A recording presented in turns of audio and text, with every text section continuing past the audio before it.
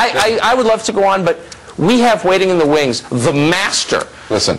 Before whom I genuflect, Ron Paul is about to come on. So Ron Paul, who won the debate last night. Yes. We're going to talk to him in just a second. Thank you both very much. Thank you. That's right. The only Republican candidate who actually read the Constitution, Ron Paul. If not, he may be the only one who actually understands it. We're going to talk to him about last night's debate coming up. We'll be right back. This idea of going and talking to attorneys totally baffles me. Why don't we just open up the Constitution and read it? You're not allowed to go to war without a declaration of war. Now, as far as fleeting enemies go, yes, if there's an imminent attack on us, we've never had that happen in 220 years. The thought that the Iranians could pose an imminent attack on the United States is preposterous. There's no way. This is just this is just war propaganda. Continued war propaganda, preparing this nation to go to war and spread this war not only in Iraq but into Iran unconstitutionally.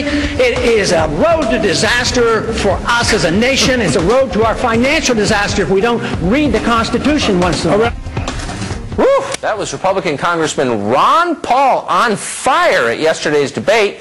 Paul is trying to remind us, the Republican Party, what exactly it means to be conservative, and it appears the candidates are not listening. So why is he keeping up the fight? We're going to ask the man himself. Joining us now, Ron Paul of Texas. Mr. Paul, thanks for joining us. Thank you. Nice to be with you.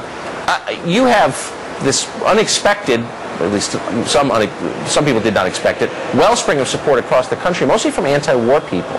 And they sent you a great deal of money. And I wonder, do they know about your other views? They know that you're passionately opposed to the war and intervening in other countries, but do they know how strongly you support the Second Amendment, for instance, or how you want to eliminate federal departments? Do they know that? I think so. I certainly believe that most people know about my position on the Second Amendment because they know I'm a stickler for the Constitution. And anybody who's knowledgeable about the Constitution knows that it's pretty explicit right in the Second Amendment.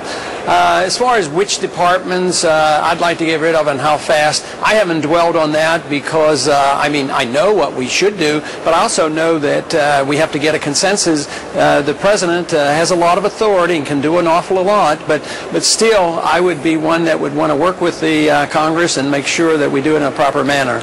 But I guess my point is, you don't buy the basic assumptions of American politics circa 2007, that the federal government ought to be subsidizing the middle class, that entitlements are constitutional, things like that. Am I correct? Oh, absolutely. We shouldn't be involved in that. The job of the government is to provide liberty and protect liberty. The people are supposed to take care of themselves, both in a personal way as well as an economic way. And we're not supposed to tell other countries how to live. That's what the Constitution dictates to us. That was the strong advice of the founders. And that's really what the people want. And this message is getting especially important today because a lot of people are realizing central economic planning doesn't work. They see failure at Washington. Young people especially know they can't get Social Security, and they saw the disaster at trying to take care of New Orleans. So people have lost confidence, and I think that's a healthy sign because they really should restore confidence in themselves and in local government, and then we can solve some of these problems. You don't think that people expect and want government to take care of them? I mean, if you get up there on stage and said, you know, we should do away with Medicare, and, you know, save your own money for your own medical treatment, or, you know, set up a retirement account for yourself, Social Security is unconstitutional, people would look away in horror. No, about half of them would, those on the receiving end. The other half who are just going into the workforce, I offer this solution all the time to them. Get out of Medicare and get out of Social Security, but assume responsibility for oneself. But at the same time, I say you don't have to put anybody out in the streets. We have plenty of money flowing into Washington. It's the way it's spent, and our priorities are all messed up. We can save hundreds of billions of dollars if we change our foreign policy and bring our troops home and actually build a stronger national defense, but save money, cut the deficit, and take care of the people that have become dependent.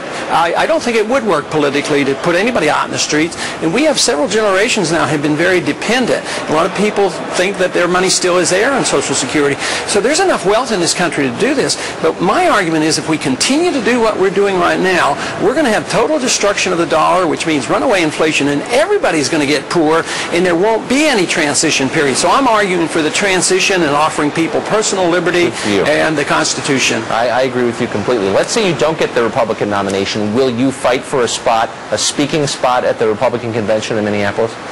I guess I'll look at it and see what we do. You know, if we do well in the primaries and it's deserving, we certainly should do that. Would you ever entertain the idea of going third party?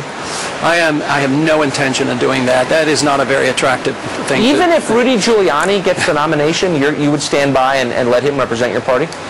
Well, I would think that he would have hijacked the party by then. It would be a pretty bad thing for the Republican Party, but right now I don't have plans. I have plans to keep doing what I'm doing and see if we can rally the Republican base, see if they can be talked into restoring the values of limited government, the foreign policy that George Bush even talked about in the year 2000, a humble foreign policy and no nation building. There's no reason why Republicans can't be anti-war and be fiscally conservative and believe in the Constitution, believe in personal liberties. There's no reason why conservatives can't be civil libertarians. Amen. I agree. And finally, Congressman, I keep reading about the money you have on hand. You've raised a lot of money, and you have almost all of it. Still, you haven't spent virtually anything. Do you pay your staff, and where do you stay when you travel?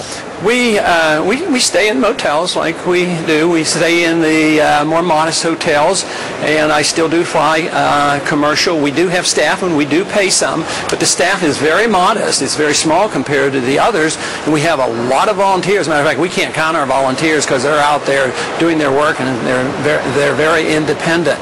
So yes, it's a frugal campaign, but we plan to spend that money. The money was sent to us for a purpose, and we are making our plans to be very, very much involved in especially these early primaries, and that will be the determining factor on how we do in the first 5 or 6 primaries. All right, Congressman Ron Paul, leader of the Ron Paul Revolution. Congressman, thanks for coming on. I appreciate it. Thank you very much, Tucker.